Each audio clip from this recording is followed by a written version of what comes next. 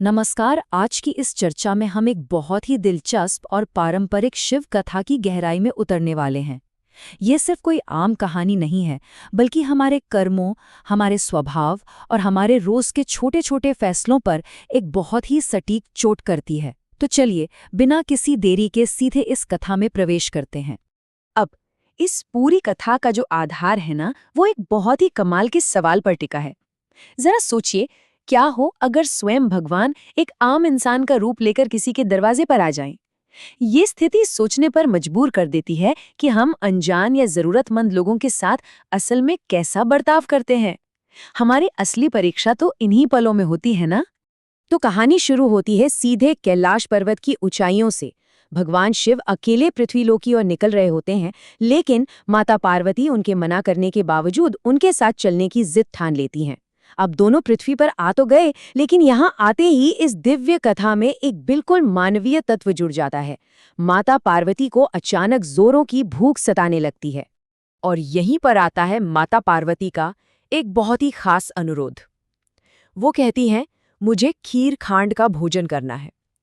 खीर खांड मतलब चावल, दूध और चीनी से बनी मीठी खीर। अब आप सोचेंगे कि इसमें क्या खास है। असल में यही एक साधारण सा भोजन हमारी आगे की पूरी चर्चा और इस कहानी में होने वाली घटनाओं का केंद्र बनने वाला है। अब भूख लगी है तो भोजन की तलाश तो होगी ही। ये दिव्य जोड़ा आगे बढ़ता है और एक बहुत ही अमीर महिला के दरवाजे पर दस्तक देता है। कथा में इन्हें सेठानी कहा गया है। देखा जाए तो ये मेहमान नवाजी की सबसे पहली परीक्षा है। भगवान खुद रूप बदलकर एक धनवान व्यक्ति के सामने खड़े हैं, महज ये देखने के लिए कि उसका अपनी संपत्ति और जरूरतमंदों के प्रति क्या नजरिया है। और यहीं पर हमें दो बिल्कुल अलग प्रतिक्रियाओं का एक बहुत बड़ा अंतर देखने को मिलता है। जब भगवान उस अमीर सेठानी से खीर खांड मांगते हैं, तो वो तुरंत उन्हें झिड़क देती है। अहंकार में कहती है कि अगर खीर खानी थी तो अपने घर में क्यों नहीं खाई। वहीं दूसरी तरफ एक बहुत ही गरीब महिला है, बुढ़िया माई, जो खुद गरीब होने के बावजूद उन्हें पूरे सम्मान से बैठाती हैं और कहती हैं, आइए बैठिए, मैं अभी लाती हूँ। ये एक अमीर के अहंकार और एक गरीब की निस्वार्थ उदारता का कितना बड़ा उदाहरण है। अब असलियत ये थी कि बुढ़िया माई के घर में तो कुछ भी नहीं था, लेकिन जैसे ही वो बर्तन लेकर सामग्री जुटाने बाहर जाने लगती हैं, भगवान शिव उन्हें टोकते हैं और कहते हैं कि पहले अपने घर के अंदर तो देख लो। और अंदर जाते ही क्या होता है?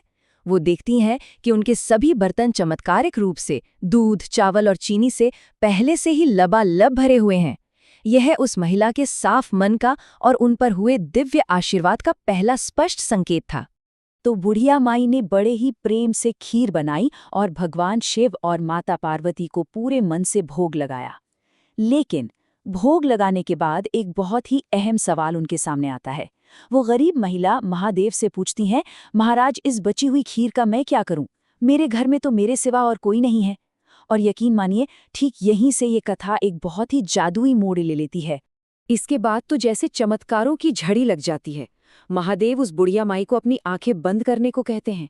जैसे ही वो आंखें खोलती हैं, उनके सामने एक पूरा और खुशहाल परिवार, बेटा, बहू और पोते पोतियां प्रकट हो जाते हैं। जब वो हैरानी से पूछती हैं कि इतने बड़े परिवार को इस छोटी सी झोपड़ी में कैसे रखूंगी, तो बस जाते जाते भगवान शिव उस झोपड़ी पर एक लात मारते हैं और वो देखते ही देखते एक शानदार आलीशान महल में बदल जाती है। मतलब निस्वार्थ सेवा का फल कितनी तेजी से मिलता है, ये यहाँ साफ दिखाई देता है। अब उधर दूसरी तरफ क्या हो रहा है? बुढ़िया माई खुशी खुशी अपने पूरे मोहल्ले में कटोरे भर भर कर वो बची हुई खीर बांटने लगती हैं, और बांटते बांटते उसी अमीर सेठानी के घर भी पहुंच जाती हैं। सेठानी तो ये देखकर दंग रह जाती है कि इस गरीब बुढ़िया के पास इतना सब कहाँ से आ गया। और तभी उस अमीर सेठानी को अपनी जिंदगी का सबसे बड़ा झटका लगता है। उसे एहसास होता है कि उसका खुद का सारा धन दौलत और ऐश्वर्य गायब हो चुका है, और वो सब सीधा उस बुढ़िया माई के महल में चला गया है। अपना सारा धन ऐसे खोने के बाद सेठानी पूरी तरह बौखला जाती है। वो पागलों की तरह भागते हुए सीधे भगवान शिव और माता पार्वती के पीछे दौड़ती है और उन्हें बीच रास्ते में ही रोक लेती है। वो महादेव के पैर पकड़कर खड़ी हो जाती है और जवाब मांगती है कि आखिर उसकी दौलत उस गरीब बुढ़िया को क्यों दे दी गई। उसकी ये घबराहट हमें कर्म के सबसे बड़े और सरल नियम के बिल्कुल करीब ले जाती है। और महादेव का जो उत्तर था वो इस पूरी चर्चा का शायद सबसे शक्तिशाली हिस्सा है। वे उसे जवाब देते हैं, मैंने तो ना उठाया न दिया, तूने ना की इसलिए तेरे ना हो गई, उसने हाँ की इसलिए उसके हाँ हो गई। ये शब्द पूरी तरह से कर्म के नियम को स्पष्ट कर देते हैं। भगवान ने खुद से कुछ नहीं छीना और न ही किसी को कुछ दिया। उन दोनों महिलाओं के अपने ही तुरंत लिए गए फैसलों ने उनके भाग्य का फैसला कर दिया था। जब सेठानी रोते हुए गिड़गिड़ाती है कि महाराज कुछ तो कीजिए, तो महादेव उसके कर्मों के हिसाब से उसका अंतिम भाग्य तय करते हैं। वे कहते हैं कि जा, काम तेरा रुकेगा नहीं, यानी तू लगातार मेहनत करती रहेगी, लेकिन धन तेरा जुड़ेगा नहीं, यानी तू कभी संपत्ति इकट्ठा नहीं कर पाएगी। ये बात कितनी खूबसूरती से समझाती है कि हमारी नीयत इस बात को कैसे तय करती है कि जीवन में समृद्धि टिकेगी या नहीं। अपना फैसला सुनाने के बाद भगवान शिव और माता पार्वती वापस कैलाश लौट जाते हैं। लेकिन इस कथा के अंत में कुछ विशेष आशीर्वादों का भी जिक्र किया गया है। मान्यता है कि जिस तरह का आशीर्वाद उस गरीब बुढ़िया माई को मिला, बिल्कुल वैसा ही आशीर्वाद इस कथा को कहने वाले, इसे ध्यान से सुनने वाले और इसे स्वीकार करते हुए हुंकार भरने वाले, यानी इसमें विश्वास जताने वाले सभी को मिलता है। यही तो हमारी पारंपरिक कहानियों की असली ताकत है, जो हम सबको एक साथ जोड़ती है। तो इस विश्लेषण को समाप्त करने से पहले इस महत्वपूर्ण सवाल पर जरा गहराई से विचार करना जरूरी है कि रोजमर्रा की जिंदगी में हाँ और ना के ये छोटे छोटे चुनाव हमारे अपने कर्मों को कैसे आकार देते हैं। ये प्राचीन कथा सिर्फ किसी चमत्कार के बारे में नहीं है, बल्कि आज की आधुनिक दुनिया में हमारे व्यवहार, हमारी उदारता और हमारे रोज के फैसलों को परखने का एक बेहतरीन आईना है।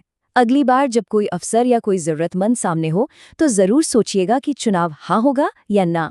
इस चर्चा का हिस्सा बनने के लिए बहुत बहुत धन्यवाद।